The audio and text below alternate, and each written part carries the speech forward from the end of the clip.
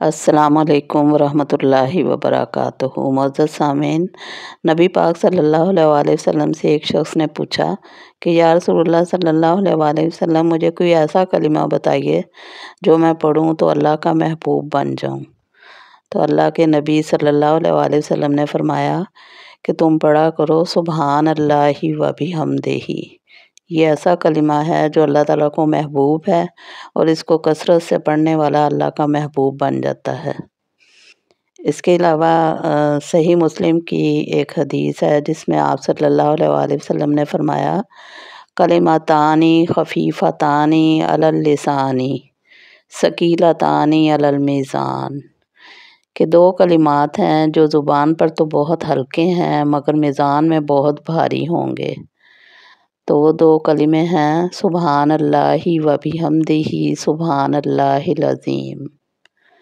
اور پھر ان کے بارے میں نبی پاک صلی اللہ علیہ وسلم نے فرمایا کہ جو یہ کلمات 100 دفعہ پڑھ لیتا ہے تو اللہ تعالیٰ اس کے پچھلے سارے گناہ معاف فرما دیتے ہیں، چاہے وہ سمندر کی جھاگ کے برابر ہی کیوں نہ ہو۔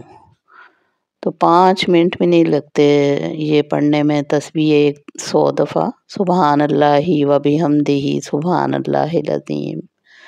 اللہ تعالیٰ آپ کو اور ہمیں پڑھنے کی توفیق دے، آمین۔